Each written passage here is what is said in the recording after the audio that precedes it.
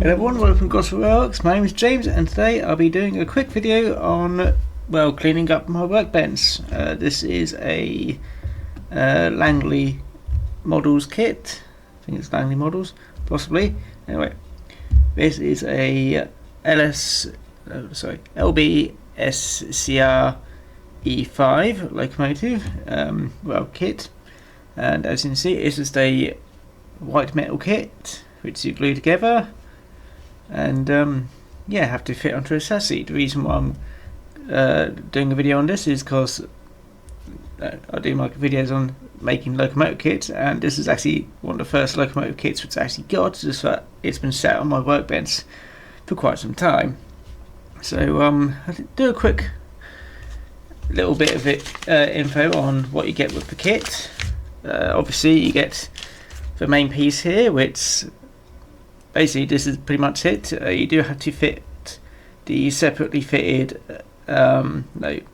safety valve, can never remember, dome and funnel.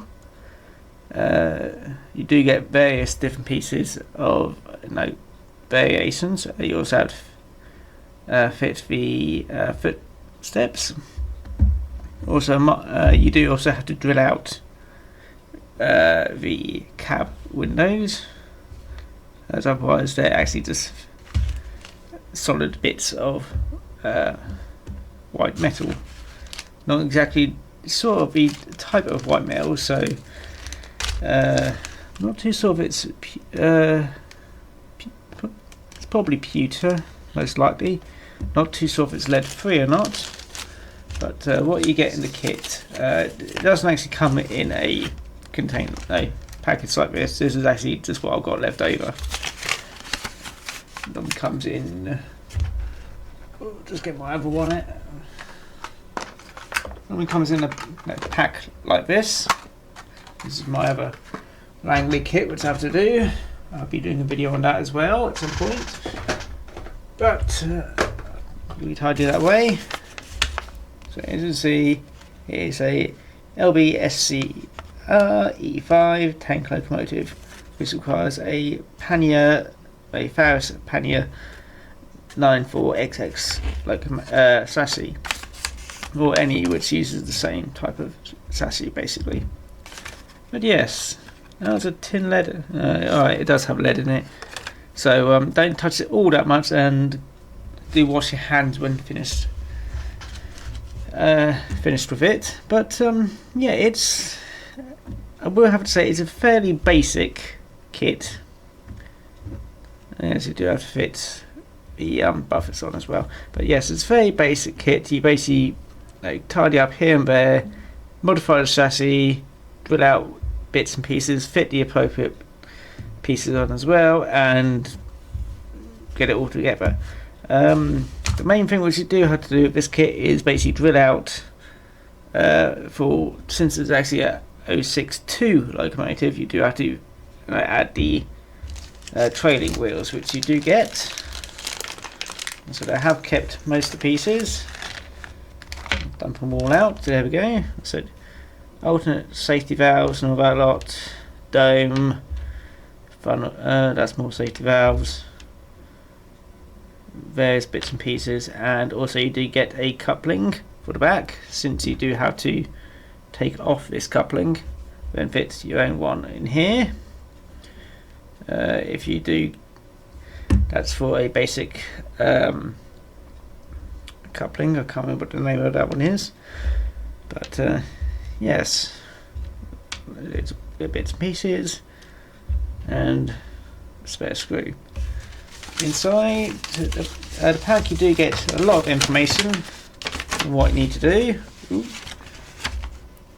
It tells you all the various pieces, how to modify it for each type of variation of the E5. So parts list, and on the back it tells you all the information which you need for livery.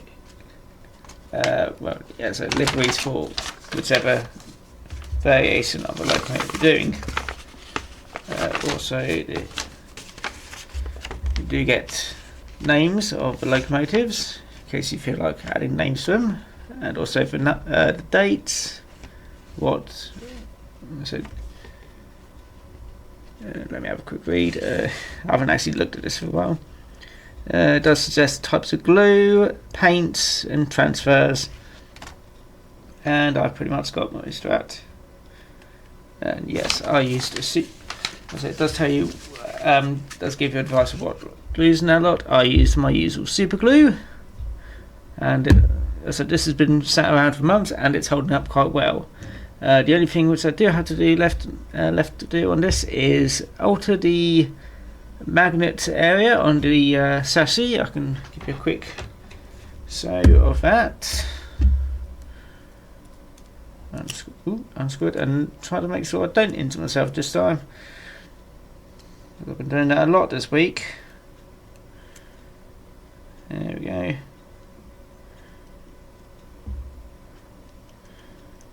Yeah. So it's a basic 060 chassis. But yes, the main thing you have to do is basically smooth out this part of the magnet assembly. So basically round this over and make it probably about 2mm shorter, something like that, just to make sure it can fit inside here. But you don't really have much space to actually hollow out inside. If you have the correct tool, which I don't, you might be able to gain a couple more useful millimeters inside. But otherwise, yeah, the most of the work which I have to do on mine is drill out the hole for here, for the wheels, and also alter this, and then start to paint it. So I'll bring you back when I've done all that. So see you in a bit. And here we are, a nearly finished model. I will be finishing it off camera in my own time, but yes, a bit iffy with was it the footsteps? Just make sure I'm in. Actually, zoom out so you can see me. Yeah, a bit fiddly with the footsteps as I kept breaking them, but especially that one. Let's not actually look at that one. But yeah, it's a very basic model, and yeah, I got a bit better with the lining there. It's actually my first time I've done lining as well. The body is still a bit loose. As you can see, there's a bit of give there, but there's might be because I've taken a little bit too much off the back of the chassis. Trying to get it further down. As you can see, it's still a little. It's a couple of millimeters too high this end. But other than that, it's basically done. I just need to do the numbering and give it another coat of varnish for them. I've got my numbers here from Fox Transfers. I won't be doing it in the video because it's only going to be a short video. We'll let you know the number when I find it. It'll be, where is it? 32570, which used to be called Armington. So I'll be getting cracking on with that. Mainly trying to squeeze about five digits in that little bit of gap. Probably should have done a bit better job in the lining, but like I said, first time doing lining. First, what was it? White metal kit. Might try and cover the coal there with something else, maybe some proper coal or something like that. But yeah, another thing which I have to do is the coupling as well. I always don't like doing them. Try my best not to take them off, but since this is actually a bit longer than the general